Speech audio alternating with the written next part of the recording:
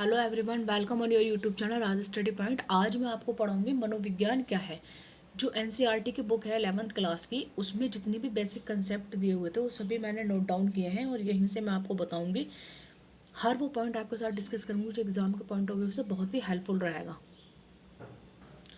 अगर आप कोई भी टीचिंग एग्जाम की प्रिपरेशन कर रहे हैं, चाहे वो DSSS हो, NVS, KVS, UP TET, super TET, हर एग्ज़ाम के पॉइंट ऑफ व्यू से ये बहुत ही हेल्पफुल वीडियो रहेगी टीचिंग के लिए। टीचिंग एग्ज़ाम की प्रिपरेशन कर रहे हैं तो देखिए, जैसे कि सबसे पहले मैंने आपको बताया कि मैं आपको पढ़ाऊंगी मनोविज्ञान क्या है। सबसे पहले तो आपको ये पता होना चाहिए कि ये मनोविज्ञान की स्टडी हम करते क्यों हैं, इसका मीनिंग क्या है। सबसे पहले यही पता होना चाहिए कि मनोविज्ञान क्या है। तो देखिए, मनोविज्ञान क्या है, ये दो शब्दों से मिलकर बना है। किससे मिलकर बना है? Psyche plus logos. तो देखिए, साइकी का मीनिंग क्या होता है और लॉगोस का मीनिंग क्या होता है, तो दोनों का अर्थ हमें पता होना चाहिए, तभी हम इसके पूरे मीनिंग को समझ पाएंगे। तो देखिए, मनोविज्ञान शब्द मैंने भी आपको बताया कि दो शब्दों से मिलकर बना है, साइकी प्लस लोगोस। तो देखिए, मनोविज्ञान शब्द दो ग्रीक शब्दों, किससे, ये कौन से शब्द है? ग्रीक भाषा के शब्द हैं। दो ग्रीक भाषा के शब्द कौन कौन से? साइकी, अर्थात साइकी का मीनिंग क्या होता है? आत्मा। साइकी मीन्स आत्मा और लोगोस मीन्स होता है उसका अध्ययन। ठीक है,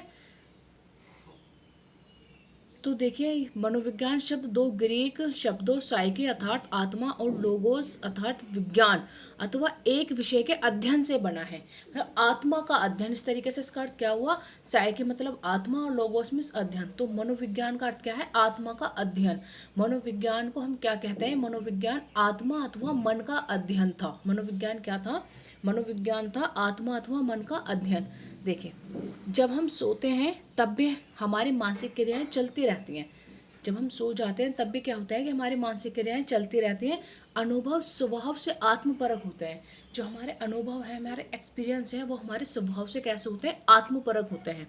ठीक है, उद्दीपक एवं अनुक्रिया दोनों ही आंतरिक अथवा बाह्य हो सकते हैं। उद्दीपक क्या है कि कोई चीज़ हमारे आगे है, और अनुक्रिया हमने उसको देखकर जो रिएक्शन करना शुरू किया, ठीक है, उसी को कहते हैं अनुक्रिया। उद्दीपक कोई भी चीज़ हमारे आगे, जैसे कि थॉर्नडाइक ने एक जो अधिगम का सिद्धांत दिया है, पर्यतन एवं त्रुटि का सिद्धांत, तो उसमें उन्होंने मतलब भूखी मछली का आगे क्या रखा है? भूखी, उसमें एक फिश है, उन्होंने उस पर किया है, तो भूखी फिश पे मतलब भूखी फिश नहीं, फिश है और उस पर क्या है? एक भूखी बिल्ली है। तो जो फिश है और मतलब वो क्या हुआ? उद्दीपक हुआ, और अनुक्रिया मतलब बिल्ली भूखी है और वो उसको देखकर क्या करती है? क्रियाएं करती हैं, किस तरीके से उसको हासिल करे और खा जाए। ठीक है, तो चलिए, इस तरीके से होता है उद्दीपक एवं अनुक्रिया। मतलब उद्दीपक को देखकर इंसान कोई ना कोई अनुक्रिया जरूर करता है। तो देखिए, 1879 में मोस्ट इंपॉर्टेंट पेपर के पॉइंट ऑफ व्यू से यूपी टैट, एच टैट में इस तरीके के क्वेश्चंस पूछे जाते हैं। वेरी इंपॉर्टेंट पॉइंट आप नोट डाउन करें अपनी कॉपी में। देखिए, 1879 में ही लिप्जिंग जर्मनी में इसकी मनोविज्ञान प्रथम प्रयोगशाला की स्थापना हुई थी। देखिए, 1879 में जो लिप्जिंग मतलब जर्मनी में मनोविज्ञान की स्थापना हुई थी, ये प्रथम प्रयोगशाला थी। ठीक है, लिप्जिंग नामक जो थी वो क्या थी? प्रथम प्रयोगशाला थी। इसकी जो क्या कहते हैं, कहाँ पर स्थापना हुई थी? 1870 में ही लिप्जिंग जर्मनी में इसकी मनोविज्ञान प्रथम प्रयोगशाला की स्थापना हुई थी। तो ये बहुत ही ज़्यादा है। अगर आपसे पूछा जाए तो सबसे पहले कहाँ हुई थी? जर्मनी में। देखिए, पूर्व में बताया गया कि मनोविज्ञान की जड़ें दर्शन शास्त्र में होती हैं। सबसे पहले क्या बताया गया था कि जो मनोविज्ञान की जड़ें हैं वो किस में होती हैं? दर्शन शास्त्र में होती हैं। आधुनिक टाइम में क्या बताया गया? आधुनिक में बताया गया कि मनोविज्ञान का विकास मनोवैज्ञानिक गोचरों के अध्ययन में वैज्ञानिक विधियों के अनुप्रयोग के कारण हुआ है। फिर क्या बताया गया था कि जो मनोविज्ञान का विकास हुआ है वो मनोवैज्ञानिक गोचरों के अध्ययन में वैज्ञानिक विधियों के अनुप्रयोग के कारण हुआ है। किसके कारण हुआ है? वैज्ञानिक विधियों के अनुप्रयोग के कारण हुआ है। देखिए, विज्ञान किस पर सर्वाधिक बल देता है? तो जो विज्ञान है वो सर्वाधिक बल देता है वस्तुनिष्ठा पर। किस पर बल देता है? वस्तुनिष्ठा पर। वस्तुनिष्ठता पर सर्वाधिक बल देता है। क्या, कौन बल देता है? विज्ञान। आधुनिक मनोविज्ञान का औपचारिक प्रारंभ 1879 में हुआ, जब विलियम वुंट ने लिप्जिंग जर्मनी में मनोविज्ञान की प्रथम प्रायोगिक प्रयोगशाला को स्थापित किया। ठीक है, विलियम वुंट ने लिप्जिंग जर्मनी में 1879 में मनोविज्ञान की प्रथम प्रायोगिक प्रयोगशाला को स्थापित किया था। तो मैंने भी आपको बताया था 1879 में। अब ये आपको पता भी चल गया किसने स्थापित किया था? विलियम वुंट ने।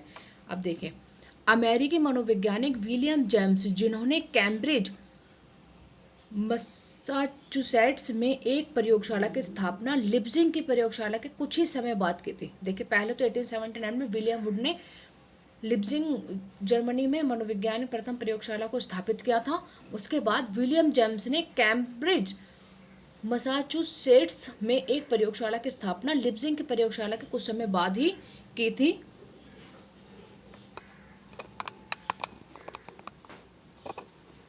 देखिए, फिर से ये भी थोड़ा गड़बड़ हो गया था। देखिए, क्या बताया मैंने आपको कि आधुनिक मनोविज्ञान का औपचारिक प्रारंभ 1879 में हुआ, जब विलियम वुंड ने लिप्जिंग जर्मनी में मनोविज्ञान की प्रथम प्रायोगिक प्रयोगशाला को स्थापित किया। फिर नेक्स्ट मैं आपको बता रही हूँ विलियम जेम्स के बारे में, जो कहाँ के हैं, जो अमेरिकन मनोवैज्ञानिक हैं, अमेरिकन साइकोलॉजिस्ट हैं, जिन्होंने कैम्ब्रिज मसाचुसेट्स में एक प्रयोगशाला की स्थापना लिप्जिंग की प्रयोगशाला के कुछ समय बाद ही की थी। ने मानव के मन के अध्ययन के लिए, किसने? विलियम जेम्स ने मानव के मन के अध्ययन के लिए प्रकार्यवादी फंक्शनलिस्ट उपागम का विकास किया। तो देखिए, अगर आपसे पूछ रहा है कि बताइए प्रकार्यवादी के जनक कौन है, तो आपका आंसर होगा प्रकार्यवादी के जो जनक हैं वो हैं विलियम जेम्स। क्या आंसर होगा? बहुत इंपॉर्टेंट है, यूपी टैट के पॉइंट ऑफ व्यू से, सुपर टैट में इस तरीके के डायरेक्ट क्वेश्चन पूछे जाते हैं। तो देखिए, प्रकार्यवादी के जनक क्या है, बहुत इंपॉर्टेंट आप ये क्वेश्चन बन गया। आप इसको बिल्कुल नोट डाउन करें कि प्रकार्यवादी के जनक कौन है, वो हैं हमारे विलियम जेम्स। देखिए, विलियम जेम्स का विचार था कि मनोविज्ञान को इस बात का अध्ययन करना चाहिए कि मन क्या करता है। उनका मानना था विलियम जेम्स का कि जो साइकोलॉजी है, मनोविज्ञान है, उसको इस बात का अध्ययन करना चाहिए कि जो हमारा मन है वो क्या करता है, तथा व्यवहार लोगों को अपने वातावरण से निपटने के लिए किस प्रकार कार्य करता है। जो व्यवहार है, जो इंसान का एक बिहेवियर होता है, वो अपने वातावरण से निपटने के लिए किस प्रकार कार्य करता है। ये किसने कहा? ये कहा है विलियम जेम्स ने कि साइकोलॉजी जो है, मनोविज्ञान को इस बात का अध्ययन करना चाहिए कि जो मन है वो क्या करता है, और इंसान जो है, जो व्यक्ति है, वो अपने व्यवहार मतलब अपने जो उसका व्यवहार है वो अपने वातावरण से निपटने के लिए किस प्रकार कार्य करता है। तो देखिए, अब मैं आपको बताती हूँ 20वीं शताब्दी के प्रारंभ में एक नई जर्मनी में गेस्टाल्टवाद मनोविज्ञान के रूप में वुंड के संरचनावाद के विरुद्ध आई। ठीक है, तो देखिए, जो विलियम वुंड संरचनावाद के विरुद्ध आई, इसने प्रत्यक्ष अनुभव के संगठन को महत्वपूर्ण माना। इसने किसको माना? इसने माना कि प्रत्यक्ष अनुभव के संगठन को महत्वपूर्ण माना। 20वीं शताब्दी की मैं बात करूँ, 20th सेंचुरी के प्रारंभ में एक नई धारा जर्मनी में गेस्टाल्ट मनोविज्ञान के रूप में वुंड के संरचनावाद के विरुद्ध आई। किसके? वुंड के, विलियम वुंड के संरचनावाद के विरुद्ध आई। ठीक है, और उन्होंने किसको माना? इन्होंने माना, इसने प्रत्यक्ष अनुभवों के संगठन को महत्वपूर्ण माना है।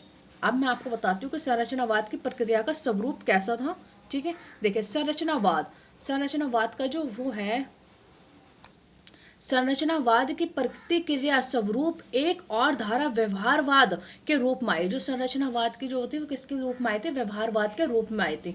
सन 1910 के आसपास जॉन वॉटसन, जो हमारे कैसे हैं, जॉन वॉटसन जो हैं, जिन्होंने कहा है कि आप मुझे कोई भी बच्चा दो, मैं उसे वैसा ही बना दूंगा जो जैसा आप उसे बनाना चाहते हो। जॉन वॉटसन है व्यवहारवाद। ठीक है, व्यवहारवादी इनको माना जाता है, जॉन वॉटसन को, जॉन वॉटसन। तो देखिए, सन 1910 के आसपास जॉन वॉटसन ने मन एवं चेतना के विचार को मनोविज्ञान के केंद्रीय विषय के रूप में अस्वीकार कर दिया। जो जॉन वॉटसन है, उन्होंने मन एवं चेतना के विचार को मनोविज्ञान के केंद्रीय विषय के रूप में क्या कर दिया था? अस्वीकार कर दिया। अब मैं आपको बताती हूँ सिगमंड फ्राइड के बारे में। सिगमंड जो फ्राइड हैं, इन्होंने क्या कहा? देखिए, सिगमंड फ्राइड मानव व्यवहार को अचेतन इच्छाओं एवं द्वंद्वों को गतिशील प्रदर्शन बताया। जो सिगमंड फ्राइड है, इन्होंने क्या बताया कि जो इंसान का व्यवहार है वो कैसा है? अचेतन मन को, जो मानव व्यवहार है, अचेतन इच्छाओं एवं द्वंद्वों का गतिशील प्रदर्शन बताया। अब देखिए, व्यवहारवादी अगर आपसे पूछा जाए तो व्यवहारवादी कौन कौन है? हमारे वॉटसन एवं स्किनर। वॉटसन और स्किनर कौन है? ये व्यवहारवादी हमारे साइकोलॉजिस्ट हैं, वॉटसन एंड स्किनर। मानवतावादी कौन है? मानवतावादी हैं Carl Rogers and Ibrahim Maslow. Ibrahim Maslow हमारे एक ऐसे साइकोलॉजिस्ट है जिन्होंने मानव की बेसिक नीड, आवश्यकता का सिद्धांत दिया है। ठीक है, इस तरीके से मैं आपको बताती हूँ।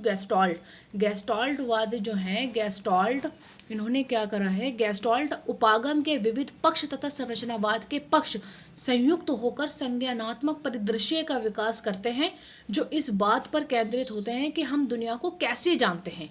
जो गेस्टाल्टवाद उपागम के विविध पक्ष तथा संरचनावाद के पक्ष संयुक्त होकर, गेस्टाल्टवाद के और संरचनावाद के पक्ष संयुक्त होकर किस बात का वो करते हैं कि संज्ञानात्मक परिदृश्य का विकास करते हैं। किसका विकास करते हैं? संज्ञानात्मक परिदृश्य का विकास करते हैं, जो इस बात पर केंद्रित होता है, संज्ञानात्मक परिदृश्य किस बात पर केंद्रित होता है कि हम दुनिया को किस तरह से जानते हैं, कैसे पहचानते हैं। ठीक है, अब मैं आपको बताऊंगी संज्ञान क्या है। संज्ञान मतलब ज्ञान होने की प्रक्रिया होता है। संज्ञान क्या चीज़ है? संज्ञान मतलब कॉग्निटिव, जो आप अपने माइंड की एक्टिविटी, सोच विचार से जो कार्य करते हैं उसी को कहा जाता है संज्ञान। अभी मैंने आपके साथ डिस्कस करा कि संज्ञान क्या है। तो संज्ञान है ज्ञान होने की एक क्रिया। ठीक है, कि आपको कितना आप अपने दिमाग से सोच विचार कर कर आप एक्टिविटी करते हैं, जैसे कि समझ, प्रत्यक्षण, स्मरण करना मतलब याद करना, रखना किसी चीज़ को, समस्या समाधान, आपके आगे कोई परेशानी है तो आप अपने संज्ञान मतलब आप अपनी सोच से, समझ से उस काम को करते हैं। ठीक है, तथा अनेक मानसिक प्रक्रियाएं आती हैं जिससे हमारी दुनिया का ज्ञान विकसित हो जाता है। तो संज्ञान क्या चीज़ है? जिससे कि इंसान क्या करता है, समझता है चीज़ों को, प्रत्यक्षकरण उन्हें देखकर, और मतलब स्मरण करना, समस्या का समाधान निकालना, अपनी मानसिक क्रियाएं जो उसकी होती हैं, जिससे हमारी दुनिया में क्या होता है, हमारी दुनिया का ज्ञान विकसित होता है। अब मैं आपको बताऊंगा निर्मितवाद के बारे में। निर्मितवाद, ठीक है, तो देखिए इसमें क्या है कि आधुनिक संज्ञानात्मक मनोविज्ञान मनुष्यों को उनके सामाजिक एवं भौतिक वातावरण के अन्वेषणों के द्वारा अपने मन की सक्रिय रचना करने वाले के रूप में देखता है। इस विचारधारा को कभी कभी निर्मितवाद, कंस्ट्रक्टिविटी, ठीक है, निर्मितवाद कहते हैं। ठीक है, कंस्ट्रक्टिविटी। रूस के मनोवैज्ञानिक जो हैं वाइगोट्स्की, इन्होंने क्या कहा, ये कहाँ के हैं, ये रशिया के हैं। कौन? वाइगोट्स्की की जहाँ बात आ जाए, इन्होंने समाज को ज़्यादा प्रायोरिटी दी है। सामाजिकता की बात करते हैं, सामाजिक सांस्कृतिक की बात करते हैं। कौन? हमारे वाइगोट्स्की। ठीक है, वाइगोट्स्की जो हैं ये कहाँ के हैं? रशिया के हैं। और ये किसकी बात करते हैं? समाज की बात करते हैं। तो देखिए, अकॉर्डिंग वाइगोत्स्की का अकॉर्डिंग क्या है कि मानव मन का विकास सामाजिक एवं सांस्कृतिक प्रक्रियाओं के माध्यम से होता है। इन्होंने क्या कहा है, जो हमारे साइकोलॉजिस्ट हैं वाइगोत्स्की, इन्होंने कहा है कि इंसान जो होता है, बच्चा या व्यक्ति, वो समाज में रहकर सीखता है, लोगों के व्यवहार को देखता है, उसको अपने अंदर ढाल लेता है। ठीक है, तो उन्होंने समाज की बात की, समाज सांस्कृतिक को उन्होंने कहा है कि उसी के माध्यम से मानव का क्या होता है, मानव मन का विकास होता है। तो देखिए प्याजे क्या मानते हैं, प्याजे मानते हैं कि बच्चे अपने मन का निर्माण सक्रिय रूप से करते हैं। सक्रिय मीन्स एक्टिव रहकर।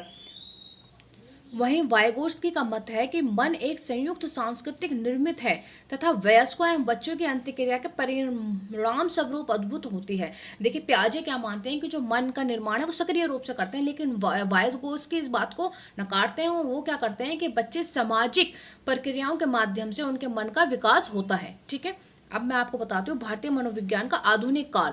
भारतीय मनोविज्ञान का जो आधुनिक काल है वो क्या है, देखिए एग्जाम के पॉइंट ऑफ व्यू से इंपॉर्टेंट पॉइंट बनता है यहीं से।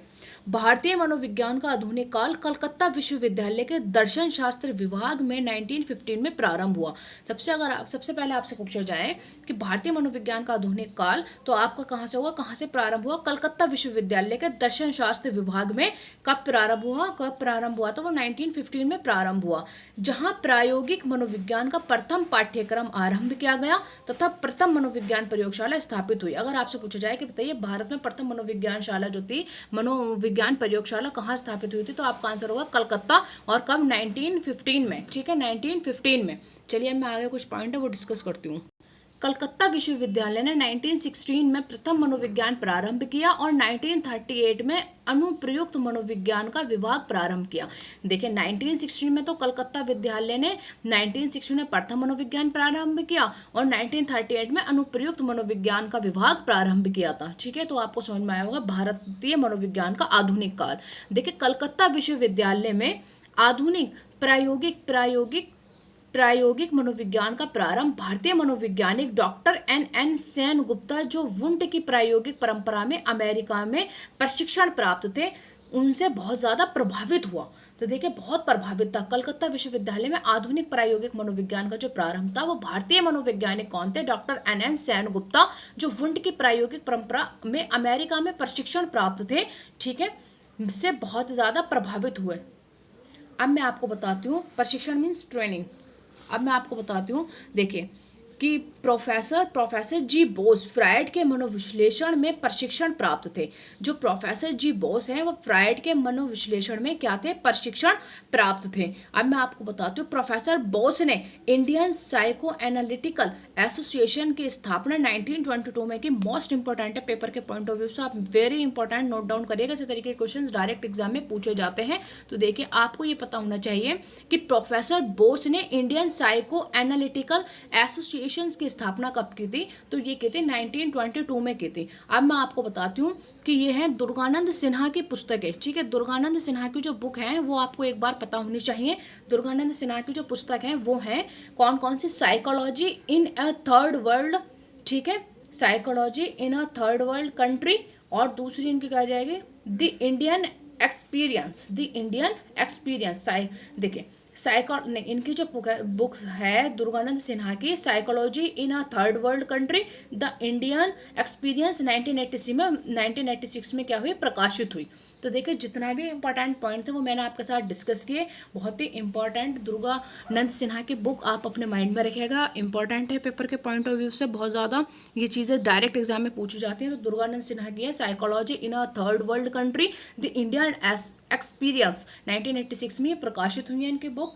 तो आपको ये सब पता होना चाहिए। जितना भी इंपॉर्टेंट था वो मैंने आपके साथ डिस्कस किया है। बहुत जितना भी इंपॉर्टेंट पॉइंट थे, जो भी था, मैंने सब नोट डाउन करके आपके साथ डिस्कस किया, आपको समझाने की कोशिश की है, ठीक है। अगर आपको ये वीडियो समझ में आई है तो आप मुझे कमेंट बॉक्स में अपनी राय ज़रूर दें, मुझे लिखकर बताएं कि आपको कितना समझ में आया, ठीक है। अगर आप और जो भी बच्चा इस मतलब टीचर एग्ज़ाम की प्रिपरेशन कर रहा है, टीचिंग एग्ज़ाम की प्रिपरेशन कर रहा है, वो टीचर बनना चाहता है, तो उनके साथ ये वीडियो ज़रूर शेयर करें। और अगर आप मेरे चैनल पर नए, आपने अभी तक मेरे चैनल को सब्सक्राइब नहीं किया है तो मेरे चैनल को सब्सक्राइब ज़रूर करें, जिससे कि मैं जो भी वीडियो बनाकर इस यूट्यूब चैनल पर अपलोड करूँगी उसका नोटिफिकेशन आपके पास तुरंत पहुँच जाएगा। चलिए मिलते हैं नेक्स्ट वीडियो में नेक्स्ट टॉपिक के साथ, तब तक के लिए थैंक यू।